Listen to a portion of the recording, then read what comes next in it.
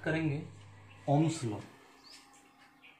तो what is Ohm's law ना, इसका स्टेटमेंट क्या है। अकॉर्डिंग टू दिस लॉ अगर हम लोग एक वायर अगर हम लोग लेंगे, यहाँ पर एक वायर लिए, इसको एक सेल या बैटरी के साथ जैसे हम लोग जोड़ेंगे जिसका वोल्टेज है भी, तो उसमें करंट आई फ्लो करना स्टार्ट करेगा। तो ओम्स लॉ क्या बोल रहा है ना, फिजिकल कंडीशन जैसे टेम्परेचर है, प्रेशर, इसको अगर कांस्टेंट रखा जाए, then the current flowing through this conductor is directly proportional to potential difference V between two ends of conductor।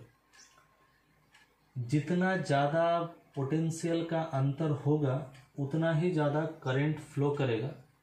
V is proportional to I या I is proportional to V, ये है Ohm's law. जैसे उदाहरण के तौर पे अगर voltage का डिफरेंस 10 हम लोग रख रहे, करंट अगर 2 फ्लो कर रहा, तो वोल्टेज का अंतर अगर 20 रखेंगे तो करंट 4 फ्लो करेगा, अगर 30 रखेंगे तो 6, 40 रखेंगे तो 8। इसका मतलब जैसे जैसे वोल्टेज बढ़ता जा रहा, वोल्टेज का डिफरेंस बढ़ता जा रहा, वैसा वैसा करंट भी बढ़ता जा रहा। Experimentally it has been found by Ohm's, और उन्हीं के नाम से ही हम लोग ओम्स लॉ वाला रखे हैं। तो ओम्स लॉ बताता है वोल्टेज और करंट एक दूसरे का डायरेक्टली प्रोपोर्शनल है। तो इस प्रोपोर्शनल को हटाने के लिए हम लोग इक्वल टू और एक कांस्टेंट हम लोग रखते हैं। इस कांस्टेंट का हम लोग बोलते हैं रेजिस्टेंस, प्रतिरोध। तो R इक्वल टू होगा V बाई आई। इसको कांस्टेंट क्यों बोल रहे हैं, क्योंकि R equal to V by I, V और I का जो रेशियो है, V बढ़ेगा तो I भी बढ़ेगा, और बढ़ेगा तो और भी बढ़ेगा, इसका रेशियो होगा कांस्टेंट। यहाँ पर जैसे हम लोग टेबल में देखते हैं V बढ़ रहा तो I भी बढ़ रहा है, लेकिन R equal to V by I, जैसे V 10/2 equal to 5, 20/4 equal to 5, 30/6 करे या 40/8 करे तो 5 मिलेगा। माने जैसे जैसे V बढ़ रहा वैसे वैसे I बढ़ रहा, लेकिन कुछ एक तो चीज कांस्टेंट रहेगा। इसी कांस्टेंट को हम लोग बोलते हैं रेजिस्टेंस। तो रेजिस्टेंस का जो ऐसा यूनिट है वो है ओम, OHM, ओम। और V का हम लोग लिखते हैं 1 वोल्ट, करंट का लिखते हैं 1 एम्पियर। तो 1 ohm equal to 1 volt by 1 ampere. बहुत ही इजीली हम लोग इसका डायमेंशनल फार्मूला भी हम लोग निकाल सकते हैं। अब बात करते हैं कॉजेज ऑफ रेजिस्टेंस। क्या है प्रतिरोध का कारण। जब भी इलेक्ट्रॉन लोअर पोटेंशियल से हायर पोटेंशियल के तरफ ड्रिफ्ट होता है, ये जाने के लिए मजबूर होता, बाध्य होता है, तब इलेक्ट्रॉन का आपस में एक रिपल्सन होता है, और इलेक्ट्रॉन इस कंडक्टर के अंदर जितने भी आयन्स है, आयन्स के साथ भी इसका एक कोलिजन होता है। इसी रिपल्सन और कोलिजन के चलते जैसे उसको जाना चाहिए वो जा नहीं पाता, तो एक कंडक्टर ही इसमें एक बाधा सृष्टि करता है इसका जाने को लेकर के। इसी बाधा को हम लोग बोलेंगे रेजिस्टेंस ऑफ कंडक्टर। तो रेजिस्टेंस का मतलब एक तरह का प्रतिरोध। ये प्रतिरोध कंडक्टर के अंदर में खुद मौजूद रहता है, इसीलिए जो भी वायर है सभी वायर का कुछ ना कुछ रेजिस्टेंस आपका हो गई। तो एक्सपेरिमेंटली ये देखा गया जो रेजिस्टेंस किस किस फैक्टर के ऊपर डिपेंड करेगा ना, डायमेंशन पे अगर देखा जाए, डायमेंशन माना लेंथ, एरिया, वॉल्यूम, तो रेजिस्टेंस किसके ऊपर डिपेंड करेगा। देखा गया अगर सेम मटेरियल का दोनों सिल्वर वायर हम लोग लेंगे, दोनों सिल्वर वायर, तो देखेंगे दोनों सिल्वर वायर का एरिया को सेम रखते हैं। एक वायर का लंबाई हम 2 मीटर रख रहे हैं, एक वायर का लंबाई हम लोग 4 मीटर रख रहे हैं, तो देखेंगे लंबाई ज्यादा तो रेजिस्टेंस भी ज्यादा। अब हम लोग क्या किए, लंबाई को सेम किए, सिल्वर ही लिए, लेकिन दोनों का लेंथ को सेम किए, लेकिन एक थोड़ा ज्यादा एरिया वाला लिए, एक थोड़ा मोटा तार लिए, एक थोड़ा पतला तार लिए। तो हम लोग क्या देखें ना, मोटा तार का रेजिस्टेंस कम है, पतला तार का रेजिस्टेंस ज्यादा है। इसका मतलब resistance is inversely proportional to cross section area. इस एरिया को बोलते हैं हम लोग क्रॉस सेक्शन एरिया।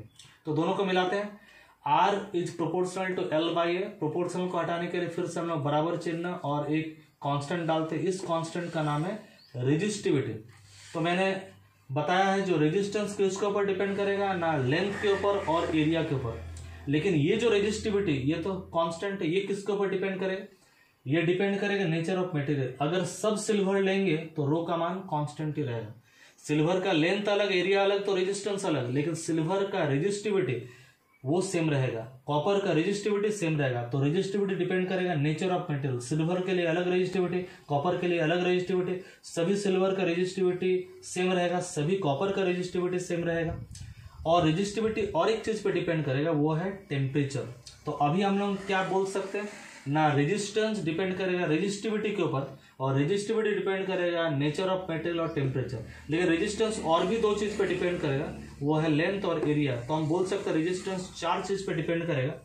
एक हो गया आपका लेंथ, दूसरा हो गया एरिया, और तीसरा हो गया रेजिस्टिविटी। और रेजिस्टिविटी डिपेंड कर रहा है नेचर ऑफ मटेरियल और टेम्परेचर पर। लेंथ और एरिया को मिलाने से हम लोग इसको बोल सकते हैं ये है डायमेंशन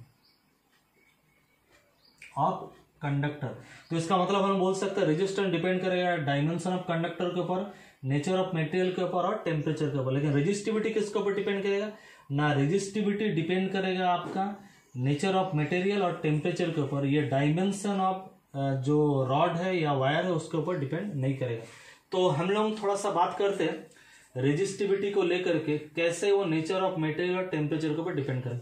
तो यहाँ से हम लोग लेते हैं रो इक्वल टू होगा RA/L। तो रेजिस्टिविटी का यूनिट पे थोड़ा सा पहले बात कर लेते हैं। रेजिस्टेंस का यूनिट होता है ओम, एरिया का होगा मीटर स्क्वायर, लेंथ का होगा मीटर, ये कैंसल आउट हो गया। तो रेजिस्टिविटी का यूनिट होगा ओम मीटर। रेजिस्टेंस का यूनिट खाली ओम था, रेजिस्टिविटी का यूनिट होगा ओम मीटर। तो कैसे रेजिस्टिविटी नेचर ऑफ मटेरियल और टेम्परेचर के ऊपर डिपेंड कर रहा है, इसके ऊपर थोड़ा सा हम बात करते हैं। चूंकि हम लोग पिछले वीडियो में पढ़े हैं drift velocity equal to E/τ/m होता है। तो E/τ/m को हम लोग रखते हैं बड़ा ई, इलेक्ट्रिक फील्ड की जगह में लिख सकते हैं V/L। चूंकि मैंने आप लोगों को बताया करंट और ड्रिफ्ट वेलोसिटी के बीच में relation I equal to NAE/VD। तो NAE/VD के जगह में ये पूरा पार्ट हम लोग लिख सकते हैं, पूरा पार्ट। तो इसी को थोड़ा सा सिंप्लीफाई अगर हम लोग कर दें, V/I कर दें, V इधर से I ले लें, और ये सारा चीज को अगर LHS में अगर हम लोग ले जाएं तो LHS में हम लोग को मिलेगा M/NE²τ और L, और इधर में by A। देखिए V/I इक्वल टू हम लोग जानते हैं R होता है, तो V/I के जगह में हम लोग लिख सकते हैं, V/I के जगह हम लोग लिख सकते हैं R।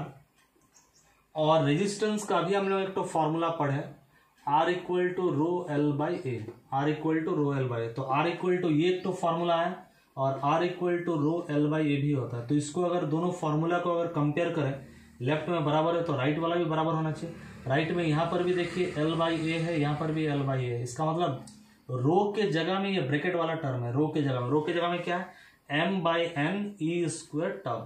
आप लोग जानते हैं M माने मास ऑफ इलेक्ट्रॉन, वो तो कांस्टेंट रहता है। E का मतलब चार्ज ऑन इलेक्ट्रॉन, वो भी कांस्टेंट रहता है। तो रो किसके ऊपर डिपेंड कर रहा है? डिपेंड कर रहा है N के ऊपर, और रो डिपेंड कर रहा है टाउ के ऊपर। N का मतलब आप लोग जानते हैं number of electron per unit volume. तो N डिपेंड करेगा नेचर ऑफ मटेरियल। सिल्वर में जितना इलेक्ट्रॉन होता है कॉपर में उतना नहीं भी हो सकता, गोल्ड में उतना नहीं भी हो सकता। अलग अलग मटेरियल, तो उसका अलग अलग N का संख्या होगा। तो हम लोग अभी प्रूव किया जो रो डिपेंड कर रहा है N माने N डिपेंड करेगा नेचर ऑफ मटेरियल। तो रेजिस्टिविटी डिपेंड करेगा नेचर ऑफ मटेरियल के ऊपर। और दूसरा रो डिपेंड कर रहा है टाउ। टाउ का मतलब तो था टाइम, रिलैक्स वाला टाइम। जब इलेक्ट्रॉन वायर के अंदर में मूव करता है तो इलेक्ट्रॉन मोशन के दौरान कोलाइड करता है, ये इलेक्ट्रॉन कोलाइड कर रहा है। तो कोलिजन के बीच का जो एवरेज जो टाइम है, ये टाइम सब टाइम का अगर एवरेज अगर निकाल दे, उसको हम बोलते हैं रिलैक्स वाला टाइम। तो ये जो टाइम ये डिपेंड किसके ऊपर करता है ना? अगर कोई कंडक्टर का टेम्परेचर को अगर हम लोग बढ़ा दें तो टेम्परेचर बढ़ने से इसका काइनेटिक एनर्जी बढ़ेगा और इलेक्ट्रॉन जल्दी टकराएगा। तो टेम्परेचर अगर बढ़ेगा तो टाइम ठो घटेगा। इसका मतलब टाइम ठो डिक्रीज करेगा अगर टेम्परेचर ठो इंक्रीज करेगा। तो टेम्परेचर अगर इंक्रीज करेगा टाइम ठो डिक्रीज करेगा, टाइम ठो डिक्रीज करेगा। और टाइम अगर डिक्रीज करेगा तो क्या होगा? रो इंक्रीज करेगा। तो हम लोग बोल सकते हैं रो इंक्रीज करेगा। तो हम लोग क्या बोल सकते हैं? टेम्परेचर अगर इंक्रीज करेगा तो रेजिस्टिविटी भी इंक्रीज करेगा। तो टेम्परेचर बढ़ने से रेजिस्टिविटी भी बढ़ेगा। लेकिन इस फॉर्मूला से हम लोग क्या देखेंगे ना? रेजिस्टिविटी अगर बढ़ेगा तो रेजिस्टेंस भी बढ़ेगा। तो हम लोग बोल सकते हैं टेम्परेचर बढ़ने से रेजिस्टिविटी बढ़ेगा और रेजिस्टेंस भी बढ़ेगा। तो ये आपका मल्टीपल चॉइस में आ सकता है। What will be the effect of temperature on resistance and resistivity? तो we can say that resistance और resistivity both increases with increase in temperature. तो ये बहुत ही इंपॉर्टेंट एक सवाल है। और एक पॉइंट यहाँ पर छूट गया, वो है ओम्स लॉ का VI कैरेक्टरिस्टिक्स।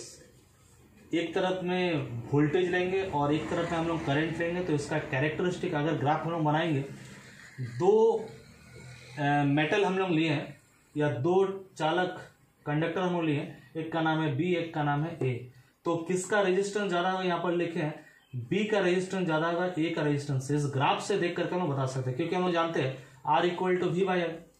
तो जिस ग्राफ का स्लोप वी बाई आई, देखिए बी का जो स्लोप है, ये जो स्लोप है बी का ये ज्यादा है, ए का जो स्लोप है वो कम है।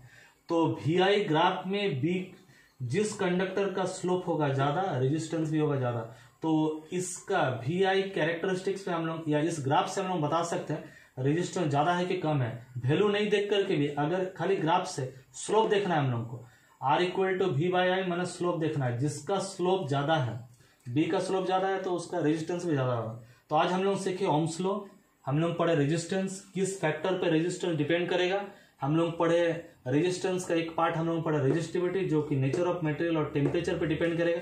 टेम्परेचर बढ़ने से रेजिस्टिविटी और रेजिस्टेंस दोनों ही बढ़ता है। तो आज के लिए स्टूडेंट इतना ही।